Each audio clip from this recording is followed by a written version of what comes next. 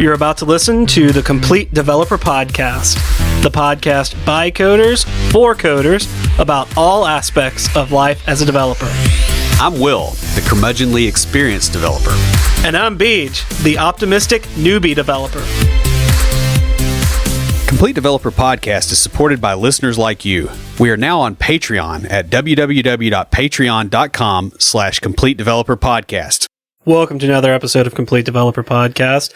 This week, we are discussing arrays. We'll start discussing one-dimensional arrays, then move to multi-dimensional arrays, sparse arrays, and iterations. Finally, we'll look at the different types of operations you can perform on arrays. But before we get started, Will, what have you been fighting this week? I am still doing a lot of project management, and I'm also trying to get a product out the door at work. The thing I was hired to work on, it's pretty much done. We're at that phase, that awkward phase at the end of a project where, the more effort you put in, the further you feel like you are from the goal because you can't push anything back. That's where we are right now, and so I'm trying to burn through all of it. It's just a lot of minutia and little bitty.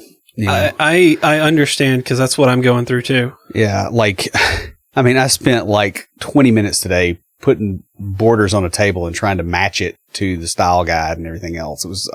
You're at the point where the major building is done and you're going through and just tweaking little things. Yeah, we're there with the app that we're working on too. Yeah. So that's what's going on with me. So how about you? Meetings everywhere. Oh. Not a minute to code. Oh man. Yeah. Meetings. I saw a quote the other day that said meetings are a thing where minutes are kept and hours are lost. So true. Yeah. Well, we're revving up for all the new projects that we're going to be building this year. We're even revamping the main page and have kind of an ambitious but attainable goal of converting a lot of forms and applications from paper to electronic. And so we've been in planning meetings for the past few weeks. Today was one meeting right after another. I felt bad for the product owner who was in the first meeting because I had to get up and leave. I'm sorry, I've got another one that I have to go to. On a personal note, I have been fighting GNU Grub. Still fighting. Windows 10 ate my Linux partition. I know I mentioned that a while back. So I wanted to completely remove Linux so that I could get all of my hard drive back to Windows, Yeah, since you can't trust Windows not to take it and you can't switch off of Windows. Yeah. So, however, Grub is like a freaking cockroach and just won't go away. Well, I've had that problem before too. You can get rid of it. It's more a thing of you've got to be able to get into your BIOS, which is part of your issue too, because I have the world's crappiest computer and I no longer have access to my BIOS. Yeah, Toshibas are notorious for this. I wish I'd known when I got it, but I wasn't developing then, so. Yeah, it wouldn't have made a difference to you at that point. So. Exactly. Well, with all that grubbiness, let's go ahead and roll the music and get into some IoTs.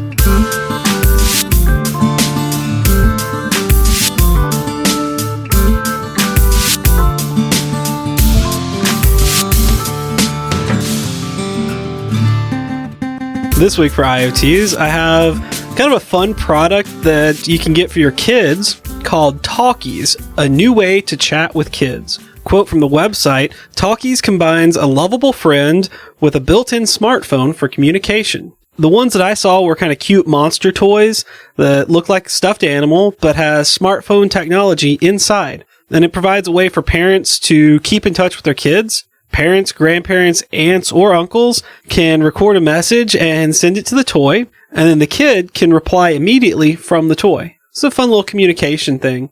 So who's talking to us this week? Well, I got an email from Corey. He says, "Hi, Beej and Will. I love the show. I didn't know a podcast could be so down to earth and insightful at the same time." He also asked me later in the email, said, "Have you gotten the biopsies back?" He's talking about the thing on my neck. Mm-hmm. And I did. It's not anything bad. It's a fatty tumor. So it's a lipoma. And they can't do anything, they can't remove it because it's right next to a nerve, and I would have droopy face if they nick the nerve, which is obviously something I'd like to avoid. My face ain't hot as it is, but I don't think that'll help. So, I've grown the beard back out just so that I'm not self-conscious about the thing. So yeah, it seems like it's all right. Those run in my family.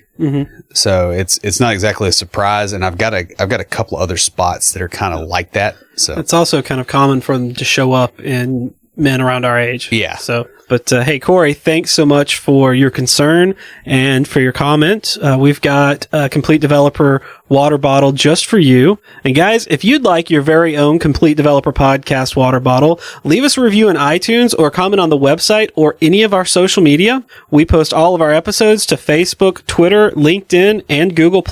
And we're also on Path and Tumblr. I want to take a moment real quick to remind you guys that our friend Bethany Adams has released her second book. And so to celebrate, we're running another contest where we'll be giving away an autographed copy of one of her books. It'll be the winner's choice.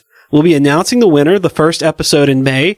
And to enter, all you have to do is leave us a review in iTunes. We love seeing those 5 stars. So this episode started out as part of an overview of data structures that I am writing, but we're testing out a new digital audio workstation, or DAW, for recording, and to get an episode to test, Will took part of my work and expounded on it to create a full episode. And then we tried the DAW anyway, and it didn't work for us. Yeah, we were trying to get something that we could use on Linux, and the one that we tried, it probably would work, but they had a weird limit of only allowing 10 minutes, and then when we stopped and saved, it lost everything. Yeah, so we lost about 30 minutes of recording. Yes. Saturday. Mm-hmm. Yeah, and it's to justify paying for something and not knowing if it's going to work. Yeah, exactly. Even a low fee, it's like let me test it out and make sure that it will work and work with my workflow. Mm-hmm. Data structures are ways of organizing data used by your code. They provide a way for handling large amounts of data efficiently and are used to organize information stored in memory. Different structures are used for different types of applications. But this week, we are going to talk specifically about arrays. Right. And especially with older programming text, that was pretty much the way that you did everything. Mm-hmm. And what an array is it's a collection of values with an index or key for each value. The index or key is numeric, obviously. Yeah. And data is stored sequentially in memory so that the value can be found quickly from that index. Right. So essentially, your index is a jumping off point from the start. They're usually positive integers. The index generally starts at 0 and goes to 1 less than the total number of values in the array. So if you've heard the term n minus 1. Yeah, that's why. Mm-hmm. This is called... Yes. Yeah, and this is something that a lot of developers, especially as they're starting, really have a hard time with arrays because you're thinking, okay, I have 10 items in my list. My indexes only go up to 9. Yeah. And the problem is you got to break out of the mindset that, hey, this is a count and say it's an offset from the start. And the first one has no offset because it's the first one. Yes, exactly. This is called zero-based indexing, which if you go back, we did that with our episodes. Yep. We did. And, episode zero was what it was. I think this is episode 78, which would be our 79th episode. Right. Now, we said the index generally starts at 0 and goes to 1 less than the total number of values in the array. However, it's also possible to start it as 1-based.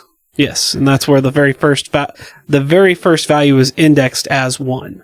Right. And there's a couple different reasons for this depending on the language. Like Classic Visual Basic did this, and the reason there was just simplicity because people were getting confused because they're used to counting from 1 and not from 0. Some of the other languages do that because the first little chunk of memory there is actually not used for an item, but it's used to store, it's kind of like header information, particularly like with the length of the array. Mm-hmm. You won't see that very often now, but if you're really dealing with some really old stuff that's really heavily optimized for really old processors, you might run into that. The other place you'll run into it is where somebody gives you a pointer to an array. Yeah. You try to peel that back into your code and you get junk values at the beginning. Mm-hmm. That's why. That makes sense. I can understand that. The other is in-based indexing. And that allows for the base or the first index or key to be chosen. And some languages even allow for negative indexes. Right. And the implementation details of this are interesting because from what I can understand, what they actually do under the hood is they have an offset for where the start is compared to the value coming in. And they just do some quick arithmetic to figure out what the actual correct offset is for that value. Yeah, that makes sense. Yeah, but it is really handy because then you can say, okay, well, I know no value is going to be below this, and none of them are going to be higher than this, and I can directly target something based off of some value that's actually meaningful versus an offset. Okay, yeah, I can follow that. Speaking of indexing, the memory address at index 0, or the first item, is called the foundation address. Right, and I've almost never heard it called that since I had data structures. Well, we're going into like the, I didn't, this is actually from my part, and I did not go full on med student on this. Yeah, I know. I just picked and choose the things I thought looked interesting. Because what everybody in the industry calls it is the start. Because that's what it is. That makes perfect sense. Arrays are typically allocated ahead of time in anticipation of their use rather than as needed because the allocation is expensive. Right. And this goes down to the way that it's allocated, right? It's sequential chunks of memory. And that, part of the deal is that means that if you know the size of each object, you can iterate through those by jumping that much in memory each time.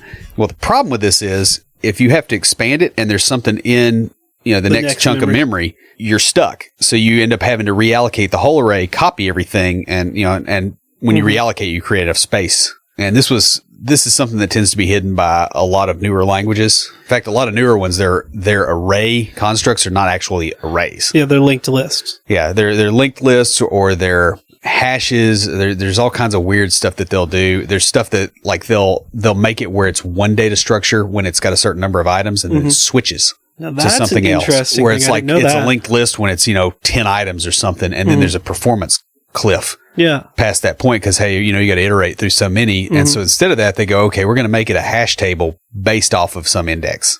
Okay.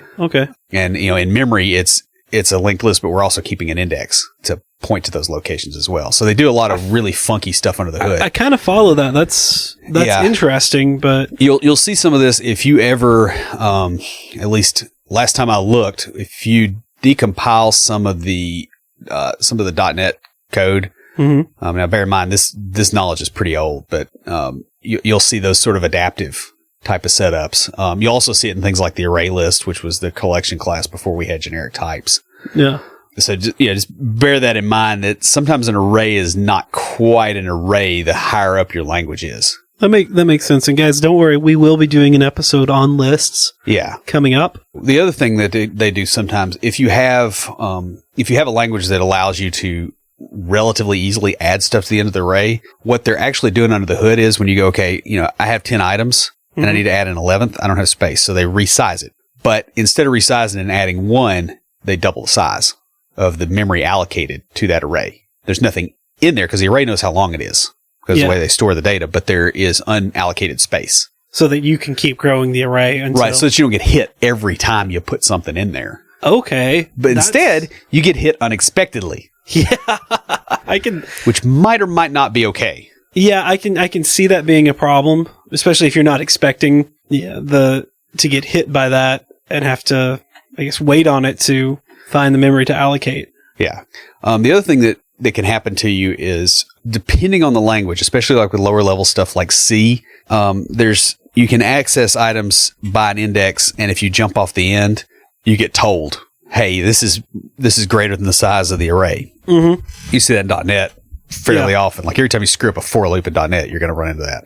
Sometimes you don't iterate over an array the same way. So like you might get a pointer to the beginning and you're jumping by a certain number of bytes. This is why they don't like to do this, but a lot of old C libraries did that, where you pass the length of the array and then the actual pointer to the beginning of the array, and you know what type it is. So you iterate through. Well, there used to be stuff in the Windows API where you could do that, and it didn't do a check on the end to say, okay, we're at the end of the array. And as a result, you could actually you could do things like manipulate the stack frame that the code you're calling is using and where it jumps back, versus it jumping back to where you are. It jumps back to something else inside the operating system where it doesn't need to be, with registers set wrong. And so that's how a lot of these buffer overflow type attacks happen. Okay. Arrays are kind of dangerous if you're doing low level and you're not careful, that you get burned. I can see that. Yeah. And I mean, now this was like 1993 or something when this crap was going on. I mean, they've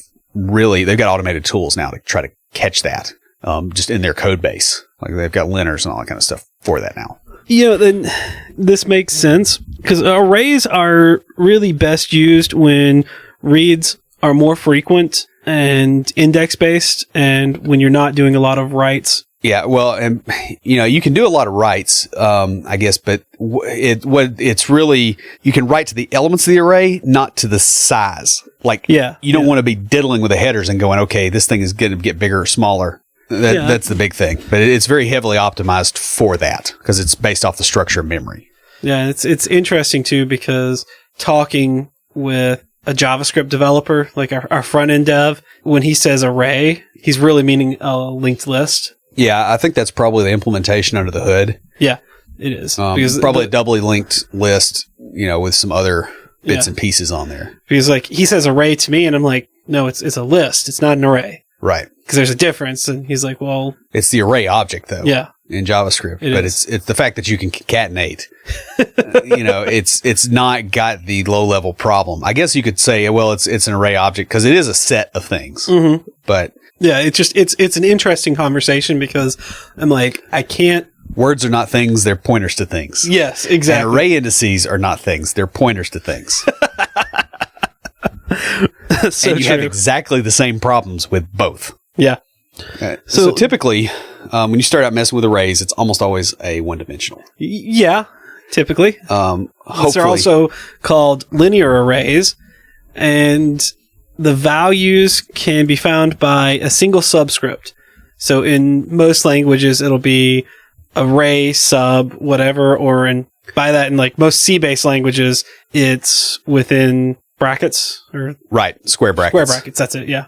Yeah, and the best way to think about this is, do you remember in school when you had a number line that started at 0? That's the easiest way to think of a single dimensional array. You can only move in one direction, you can move back and forward. There's no other directions. Just to simplify that kind of in your head as we go forward. And your start index is the start of the records. Usually there's a chunk of memory reserved at the beginning for the length of the array. Right. Like if you look at the actual data structure in memory, somewhere that's there. But a lot of, most of your languages now don't make that particularly obvious. The other thing you'll see sometimes is where you go through the array and, you get a pointer to the start and you get to the end. And then the last, right past the last item is something that has a marker value that indicates that we're done. That's a terminal value. You'll see this with null terminated strings. Okay. A string is a character array. Mm-hmm. We discussed that before. And if you recall that particular episode, that, a lot of these problems kind of manifest themselves into the issues that strings have. Yeah, that makes perfect sense, actually. It would be a one-dimensional character array. Now, multi-dimensional arrays, right? You get a 2-dimensional array, and what do you have? You have a Cartesian plane. Yeah. And how do you address things in a plane? All right, so you're Am I jumping ahead? You're not jumping ahead. You're kind of going a little math geek.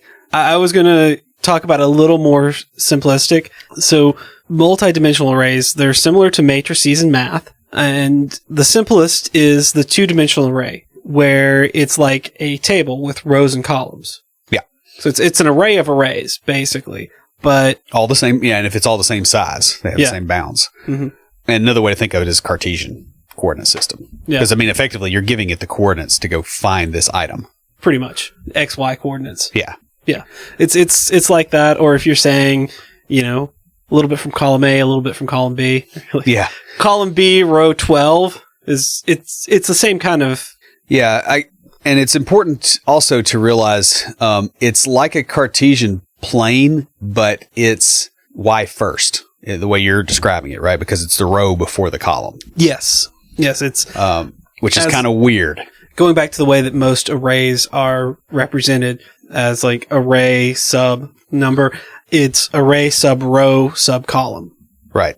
Usually when they show it in a book. Now, in practice, like the way you visualize it and the way it's in the computer it doesn't matter. That's because true. It's not in real space. Yeah. But just to go with the example. You can even go higher than 2 dimensions. Yes. A 3-dimensional array, obviously think of, a cubic system. Mm-hmm. 4th dimensional is a little trickier because now we start to get to the point where human beings have a hard time visualizing that. I've actually got an app on my phone that helps you visualize 4-dimensional objects. Well, if you think of a footprint as a 2-dimensional representation of a 3-dimensional object, the foot is a 3-dimensional object, but the print it's a 2-dimensional. is 2-dimensional. And so the way we can understand or can see a 4-dimensional object is through its 3-dimensional footprint, basically. And this is a really neat app. Like you can get, it's on my iPhone. I think it's on Android phones as well, but it will move through the different, like if you sliced very thin layers of, say, a shoe. Right. Or like a CT scan. Yeah. I get that.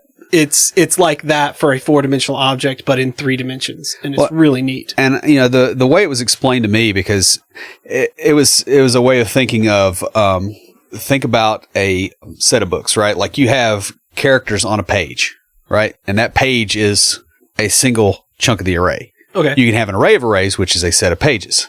Yeah. And that's a book. You can have an array of books on a shelf. Okay. You can have an array of shelves on a bookshelf. You can have an array of bookshelves on a floor in the library. You can have an array of floors in a library. Because that's typically how you're going to access things, right? I go to this shelf, I go to this library, I go to this floor, I go to this bookshelf, I go to that shelf on the bookshelf, I go to this book, I go to that page, I go to this paragraph, I go to that. Okay. It's a drill down. Yeah, I follow that. That's very similar to... It's janky as all get out.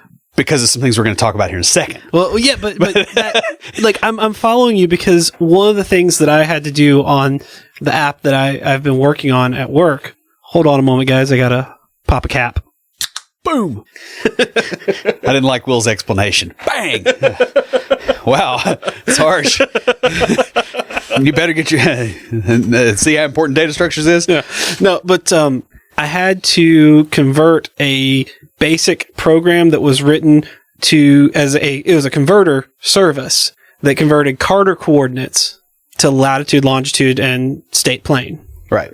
So to do that, I had to understand Carter coordinates. And they are very similar to what you're talking about because it's kind of an XY graph where you find the point that is a box. Within that, there's 25 sections. And then you have the section that you go to. And then within that section, you have from the south line and from the east line to get to the exact point. And so I had to drill down to get to the GPS coordinate to then go and convert that to the state plane. But, and so what you're saying makes sense to me. The metaphor makes sense. It's also... it makes sense because that's the exact same way I explained those coordinates to other people, to the other developers on the team. Once I understood it, I explained it to them that way, and they're like, "Oh, that's not confusing anymore." Yeah, when you get to, especially when you get to the higher dimensions, that's really the only way you can look at it. Now, if you're trying to figure out what's adjacent to what, then you have, at that point, you're going to have to do some math. Mm-hmm. Yeah, but if you're doing that, you're already in math. Because you're doing matrix crap and all that, you're fine because you're already in that world. But if you're not, this makes it where you can handle really high levels of dimensions in an array. Hey, would you guys be interested in having an episode about math where we had a math teacher come on and talk about some of these concepts? Leave us a comment or review and let us know. Yeah, for real. So, we talked about the whole multidimensional array. Now, the reason the bookshelf example was so useful was because the next thing you get into, as you were talking about it, if it's a coordinate system or those kind of deals, right? Mm-hmm. You have, each array in that multidimensional array is the same size, right? In other words, it's a square or a cube or what the next would be, hypercube. In other words, but all the axes are the same length in a given dimension. Okay. Now, the next thing you'll run into is what they call a sparse array. And in a sparse array, not all the books are the same size on the shelf. You could still get an address that says go to page 400 of Edgar Allan Poe's The Telltale Heart. There isn't a page 400. His birthday was yesterday. That's why it's on my mind. Okay. Right. So you could still jump off the end of the array, but having it in your headspace that it's all the same size makes the metaphor not work, where you can understand it. Whereas thinking about it like a bookshelf, that's why it was explained that way to me. Okay, I see. Because I'm looking at the bookshelf right behind you, and you have lots of different books of many different sizes on there. Right. Way too many books. Yeah. And like you have taller books, so you'd have more paragraphs on a page. Right. In a taller book. Right. Not just wider books, but you have like you have one row that's all paperbacks that are all about the same height. Yeah. But then I look at the next shelf over, and it's all like hardbacks that are of varying heights. Well, there's some paperbacks in there, I think, but like they're all varying heights, varying widths. Right. So how would you address sizes? That? Yeah. I mean, the way you would address that is a little different compared to the way that you would just say, okay, here's a point in some, n-dimensional space. Yeah. And the problems you run into are the same. So that's kind of why that was explained that way. And I think it sort of works. I've been wondering how to visualize higher than 5-dimensional arrays. Well, I mean, that works for me. Yeah, you can come up with a hack, because then there's, even if you get to the library level, well, you could have two libraries side by side. You have an array of libraries. Yeah. And they could be arranged in a block. Yeah. And, like by the time you might end up with like the capital world from Star Wars that's completely a library at some point, but you can get up to enough dimensions where you can get through any problem. You think Star Wars. I think Silence in the Library, Doctor Who, where the entire planet is a library. Okay, so there you go. And the core of the planet is like the CPU for the library's mainframe. That's where I go with that. But yeah, that makes perfect sense. Yeah, so when you're dealing with sparse arrays, you have a lot of bounds checking, obviously, because you gotta go, okay, I'm going to go to this first point, and then I got to make sure before I do the next part of the jump that I'm not jumping off the end, because if I do and I get the item there, I got something from the wrong place. Yeah. Because remember, the memory is allocated contiguously. Mm-hmm. Now, with sparse arrays can be kind of weird because the way that languages handle multidimensional arrays. I've seen some that are like, yeah, we just allocate the block and everything in there is fixed, and if you resize anything, you resize everything. Okay. But what you can also do is you can say, okay, I have an array of pointers to the start of other arrays. So they're floating in different places, but your top level is just the pointers to the next level. And so you get the princess is in another castle type thing, and eventually you meet Bowser, right? It's that kind of setup. Like eventually you jump down to where the thing actually is, and obviously you prefer those to be floating separately. If the array is pre-built ahead of time, you don't have to do that. Mm-hmm. So there's a few different ways you can implement that at a language level. And they're all technically arrays, but languages vary a lot in the way that they deal with stuff. Now, the other thing you'll see too, because of that, is when you pass multi-dimensional arrays around, like say I have C# code and I want to pass it to C and pass them the pointer. No, don't do that, because you're going to have a bad time if the underlying implementation is not the same, because it doesn't know what to do with that value. That just seems like a bad idea. Yeah, it really is. Because, you can concatenate them together and say, hey, this dimension's length is this. Mm-hmm. There's other ways to pack that data. Yeah. So it's generally, I've not really seen that done a lot. Okay. I've seen lots of arrays passed back and forth between languages, but not multidimensional for that reason. Yeah, I follow you. Because the way they look at it is going to be different. Yeah. I couldn't imagine having to debug that. Right. Well, the big thing is like, what do you do with an array? The most common thing is you iterate over it, right? You say, I got a start point and I'm going to the end point of that array. Well, that's great. If it's one dimension, that's easy. Oh, yeah. Good little for each loop right there. No, it's a for loop. For loop? There's a difference between a for loop and a for each loop. Okay. A for loop says, here's my starting position, right? And I'm going to go, I'm at point 0. I'm going to go to 1 or 2 or 3, right? Here's a start. I jump.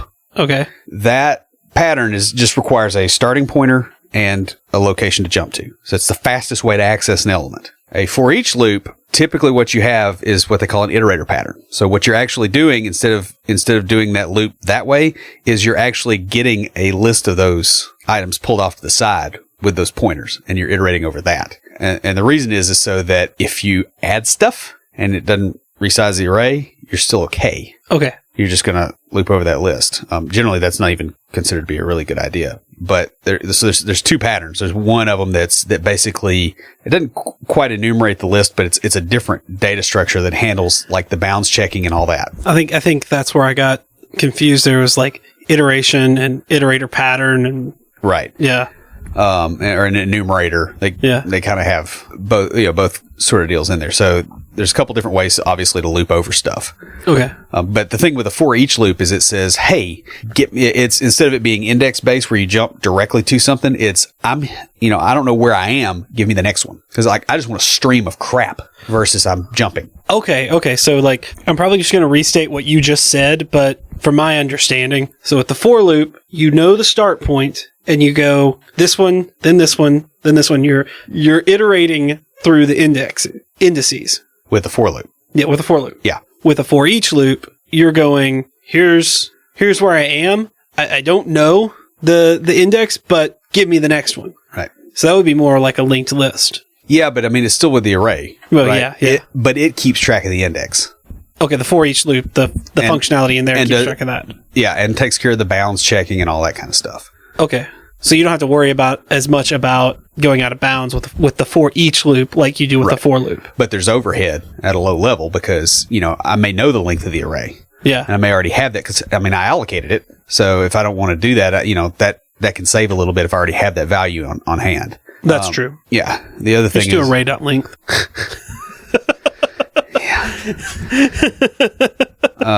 But how does the length come back when it's multidimensional? That's a good question. How does it? You have to ask what the length is at a particular terminal. In other words, you have to say, okay, if it's a 4-dimensional array, here's the first 3 dimensions. How long is that? The fourth. Okay. At that one.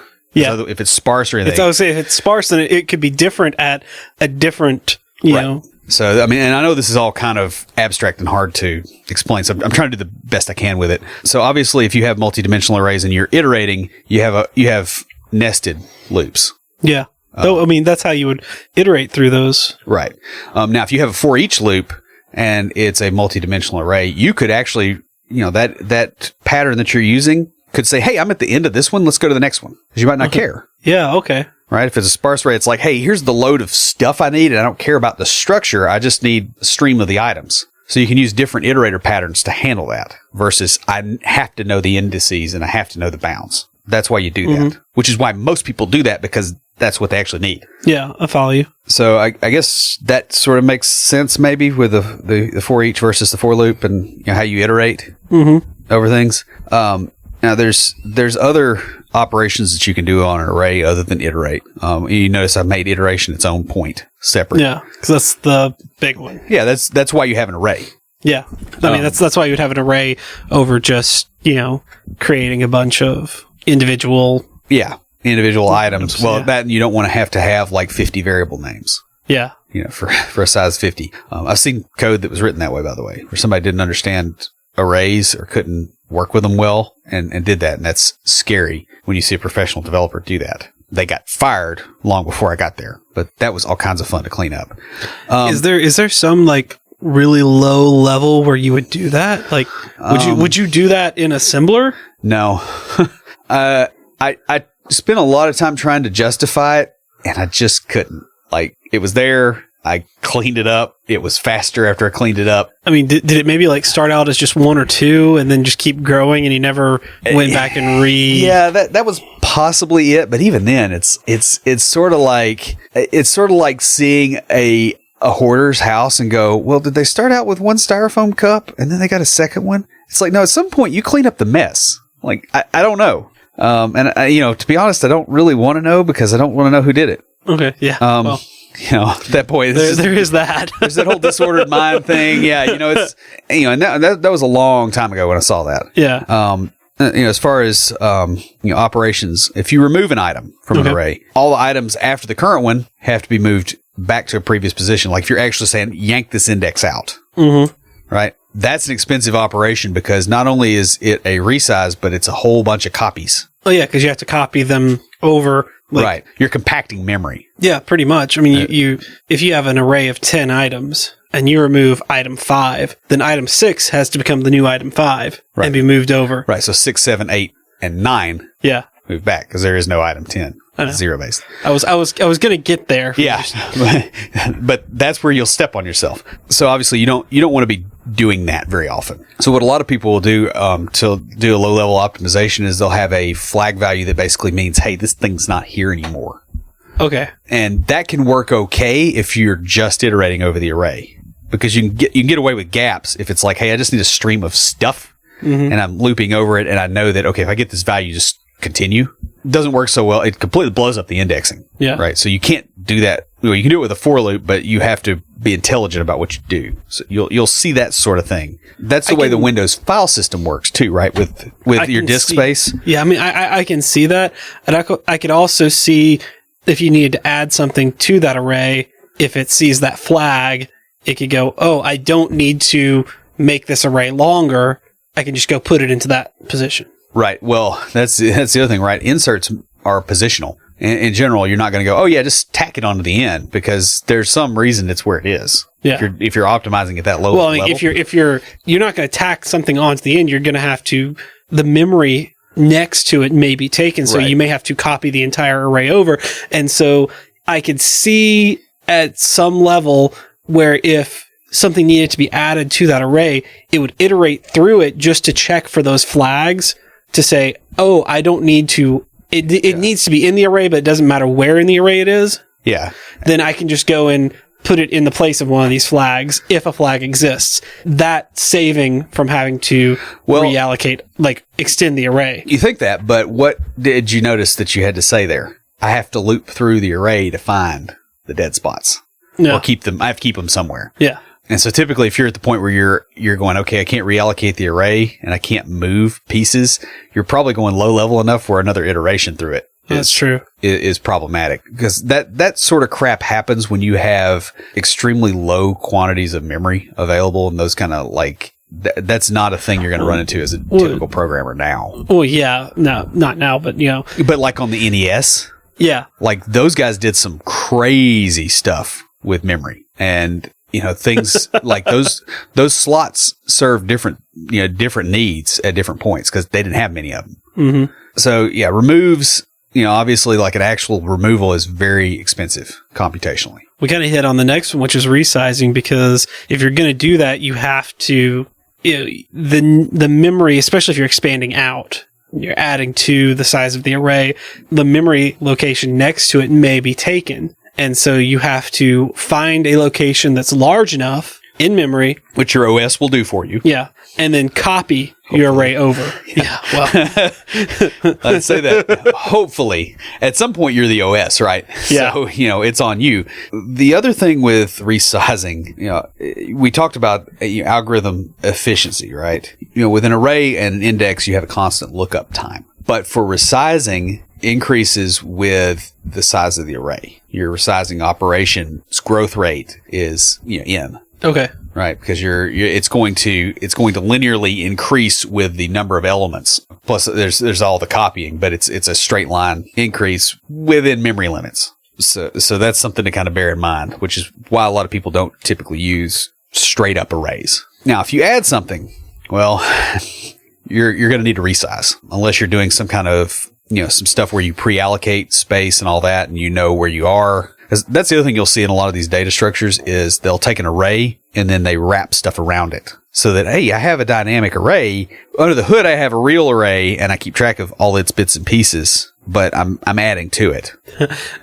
One of the guys I work with told me about when he was in school. He created a program that was for one of his final projects in a class. I think it was a sophomore year. He was telling me about this. It was dynamic arrays, and he did all this work and turned it in, and the professor was like, so you basically made a linked list? Yeah. Well, no.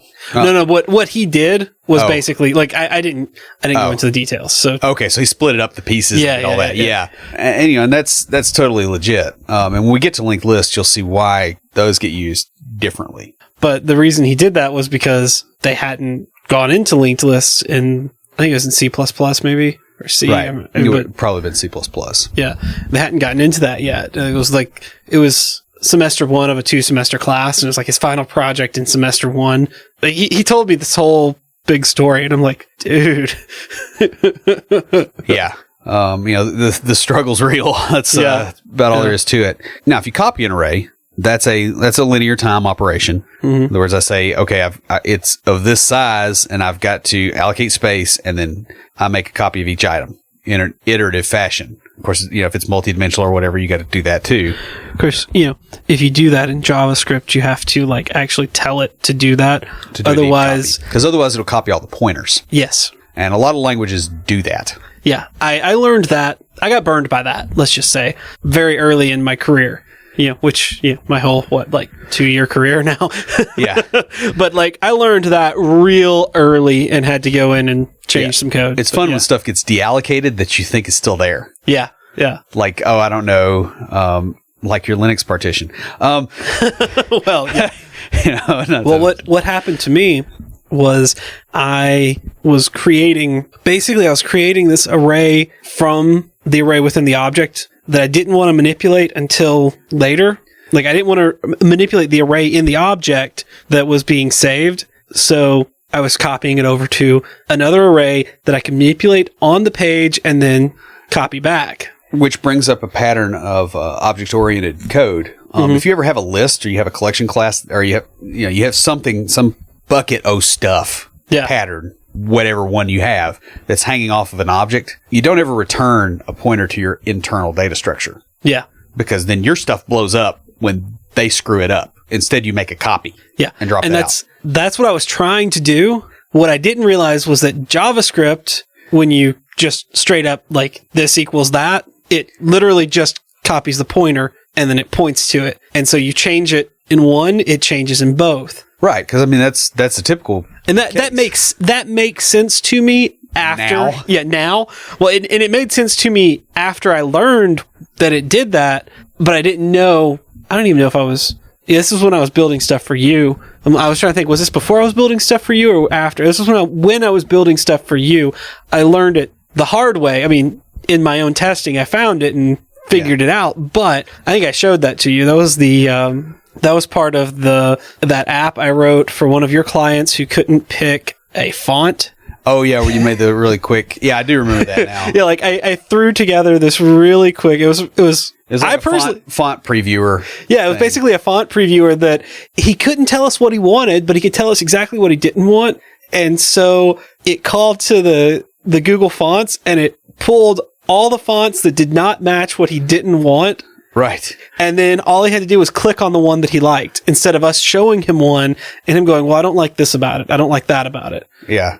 I do remember that now. But yeah, you will copy it a lot. The other thing you want to do too is, if you're ever crossing application boundaries, you'll see this happen. I got burned by this, not too long ago because I had some code that was calling a Delphi DLL, right? And I go, okay, here's the records to look up in our database. And then I want you to render this document as a PNG. Mm-hmm. And then give me a byte array back. Give me a pointer. Well, .NET says, hey, I have a pointer to a byte array. I can convert that into a byte array. That's fine. And it's Delphi allocated the memory. .NET goes, hey, I don't own this memory, so I don't trust that they're not going to blow it up. And copy it, and then I'm going to make an image from it. So I ended up with a memory leak because I wasn't deallocating from Delphi because how would I know when? Yeah. And so I was having to, I had this massive, it was, I was running it in a loop and it was losing I think 70 or 80 kilobytes every iteration. Wow. Because it was a big image. Yeah.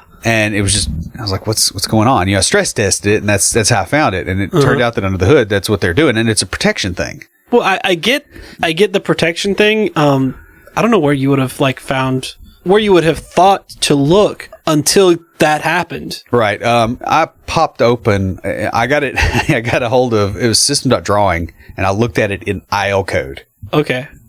And figured out okay, this thing is not where it used to be.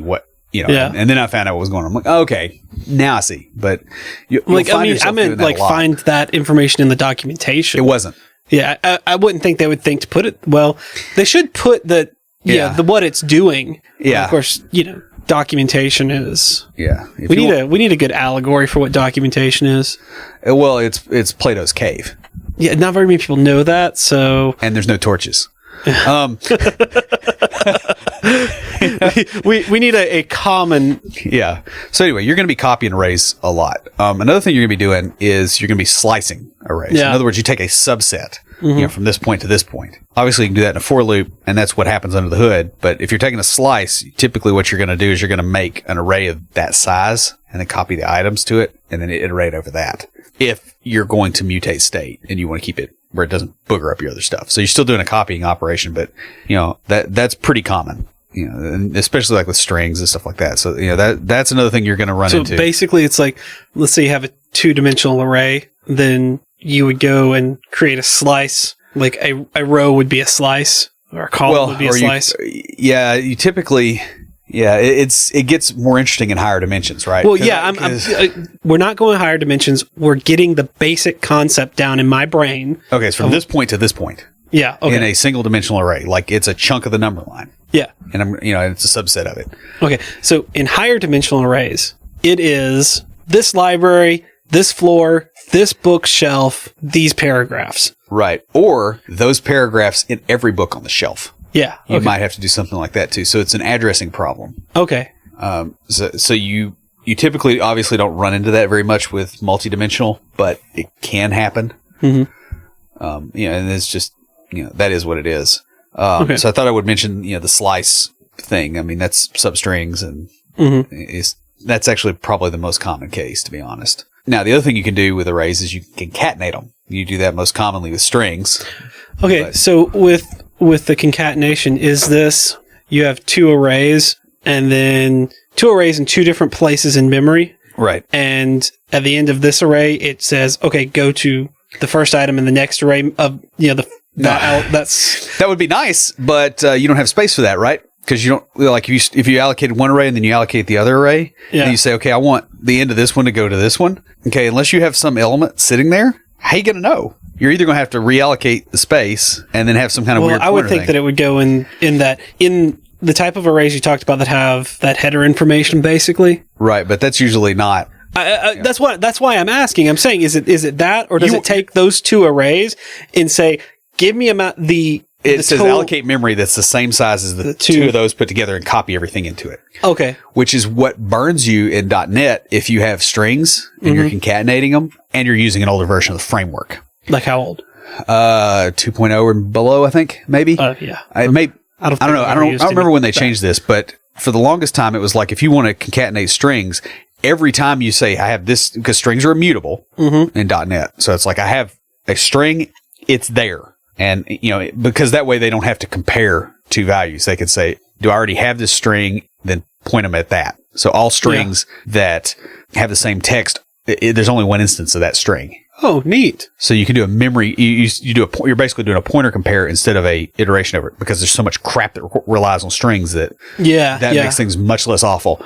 But it requires overhead, obviously, to do that properly. Okay. But as a result of not being able to mutate that string, because, hey, I may not be the only one pointing to it, when I do want to mutate it, I have to make a copy. Okay. That, and with a space to do whatever mutation I'm doing. So if you're like adding to a string in a loop, you're allocating memory every time. Right. And with .NET, because it's managed, what ends up happening is you allocate a whole bunch of memory and then you get memory pressure and then garbage collection happens. Okay. And so as you scale up, you don't get a linear growth rate anymore. You get an exponential, because the GC collect says, hey, freeze all the threads, compact the memory, and then I'll give it back to the program at some arbitrary point. Now, what they've done since is when you start doing a whole lot of string concatenation, and I forget how the rule works out. They've got something in the compiler, if I recall correctly. At least I think they were working on this. I don't know for sure actually if it's there, but I remember a discussion about this actually using the string builder class, which is under the hood. I think it actually uses a linked list or something, or some kind of like variant of that, like a linked list of arrays or something. It does something under the hood to optimize memory utilization and reallocation. So yeah, you may want to read up on that, but yeah, I'm gonna have to look into that, because I'm doing a little bit of that with some of the business logic on some stuff. Yeah, not a lot. I mean, most of what I'm doing is CRUD right now. Going into some stuff, I may be doing that though. Yeah. So that makes sense. And there's a lot of weird places that will come up, because like if you're doing something like, say, okay, dealing with a genome, right? You may encode that in your program. It may actually be a string or a large array of, obviously you're going to use smaller values. You're not going to use an array of characters because there's no reason to, because you don't need Unicode. Like the genome is, you got limited options there. So, you're not going to do that. If they're doing a lot of the way that they're going to interact with that thing, it's a big freaking string. And so anything you do to it, so you just have to think about that just in general, I guess. Oh, that makes sense. And like we said, arrays are a basic data structure that are used to store values and associated keys. You'll see them across most languages, though the names of operations might change, or how you implement the arrays might change depending on your language. Yeah, and how much the language handholds you too. Yeah. And they're related to other data structures such as linked lists, which we mentioned a couple of times, which we will be talking about in a future episode. And so be on the lookout for more episodes on data structures, and we're going to be doing an overview highlighting all of them. But that pretty much wraps us up. So before we close everything out, Will, what do you have for us this week for Tricks of the Trade? Well, I just, want to drive home the point, since we talked about the whole array thing. These underlie a lot of operations you do day to day. Your language may protect you from a lot of this, but you need to be aware of what your data structure of choice is actually doing under the hood, just simply because of all the different ways that you can get burned. For instance, the image processing issue I had, the .NET documentation that I saw said nothing whatsoever about the fact that it actually made a copy of that array. Now, had I known that, hey, I know I've got to get rid of this thing, but you don't know. And so since we tend to abstract things in computer science, it's typically a good idea to know at least the level of abstraction below what you're actually doing. Because that's usually where your performance problems crop up if you're using somebody else's library, because they've already dealt with, hopefully, the things that are under their layer. But because you're using somebody else's library, you need to think about how they might have structured their code so that you don't get burned by performance problems from using it improperly. So just remember to kind of drill down a little bit, because that will help. And that's all I've got. Stand by for Titanfall. If you have a question or comment for us, please email us at neckbeards@completedeveloperpodcast.com. Our theme music is an excerpt from Stand By for Titanfall by Pure Bells, available on SoundCloud and licensed under Creative Commons. The intro music for IoTs is Hillbilly Hip Hop by Jason Belcher. For references, show notes, and to sign up to our email list, be sure and check out the website at CompleteDeveloperPodcast.com. You can also follow us on Twitter at CompleteDevPod and like our page on Facebook to keep up with the news about the show. Thanks for listening. See you next time.